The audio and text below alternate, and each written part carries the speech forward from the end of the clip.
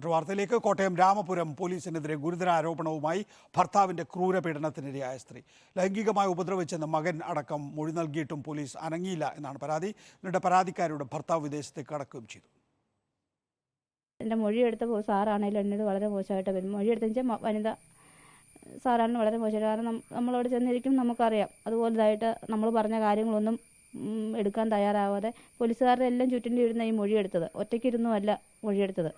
അപ്പോൾ എനിക്ക് അവരുടെ മുമ്പ് വെച്ച്, എല്ലാവരുടെ മുമ്പ് വെച്ച് പബ്ലിക്കായിട്ട് ഈ പറഞ്ഞ എന്നെ ഈ ലൈംഗികപരമായിട്ടല്ലേ ഇയാൾ ഉപദ്രവിച്ച കാര്യമൊക്കെ ഇവരെല്ലാവരും കേട്ട് അവർ ചിരിച്ചൊരു ഉല്ലാസം ഉള്ളിലിരുന്നാലേ എൻ്റെ വിഷമങ്ങൾ അവർ കേട്ടത്.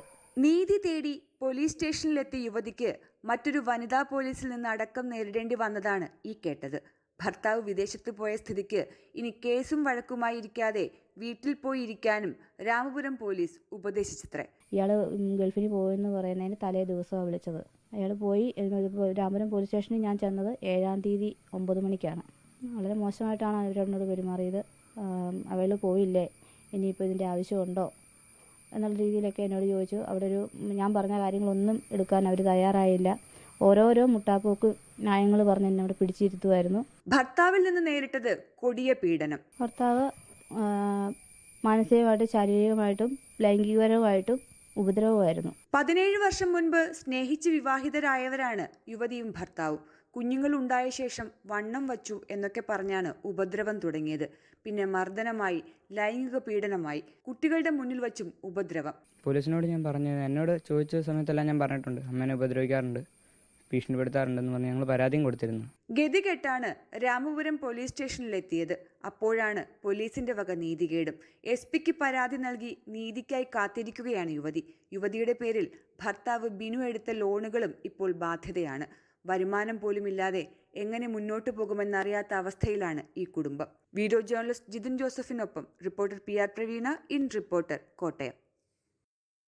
പ്രവീണ വിശദാംശങ്ങളുമായി. പ്രവീണ, കോട്ടയത്ത് രാമപുരം പോലീസിനെതിരെ പെൺകുട്ടിയുടെ ബന്ധുക്കൾ ഉന്നയിക്കുന്ന ആക്ഷേപങ്ങൾ എന്താണ്?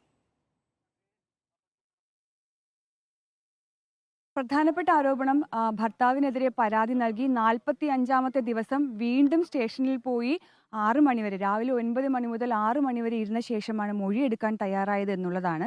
അപ്പോഴേക്കും ഈ ഭർത്താവ് നാട് കടന്നിരുന്നു. അയാൾ സൗദിയിലേക്ക് പോയിരുന്നു. അതിന് പോലീസിന്റെ ഒത്താശ കിട്ടിയിട്ടുണ്ടെന്ന് അയാളുടെ ഒരു വോയിസ് മെസ്സേജും ഇവർക്ക് കിട്ടിയിട്ടുണ്ട്.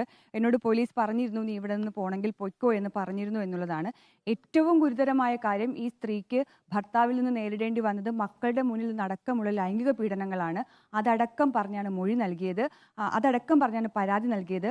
ഏറ്റവും ഒടുവിൽ 45-ാം ദിവസം മൊഴിയെടുക്കുമ്പോൾ പോലും ഈ സ്ത്രീയെ മറ്റുള്ള പുരുഷ പോലീസിനൊപ്പം ഇരുത്തി കളിയാക്കുന്നത് പോലെ സംസാരിച്ചു എന്നുള്ളതാണ് അവർ പറയുന്നത്. അവർ ഇത് പറയുമ്പോൾ കണ്ണും ഒക്കെ നിറഞ്ഞു ഒഴുകുന്നുണ്ടായിരുന്നു. ഞാൻ എൻ്റെ ആൺമക്കളുടെ മുന്നിൽ സഹിച്ചതുപോലെ അത്രയേറെ, അതിനേക്കാളേറെ നാണം കെട്ടാണ് പോലീസിന്റെ മുന്നിൽ ഇരുന്നത്. ഒരു വനിതാ പോലീസാണ് തന്നോട് ഇങ്ങനെ പെരുമാറിയത്. ഇത് മാത്രവുമല്ല, പോലീസ് നാട് കടന്ന സ്ഥിതിക്ക് ഇനി എന്തിനാണ് കേസും പരാതിയുമായൊക്കെ നടക്കുന്നത്?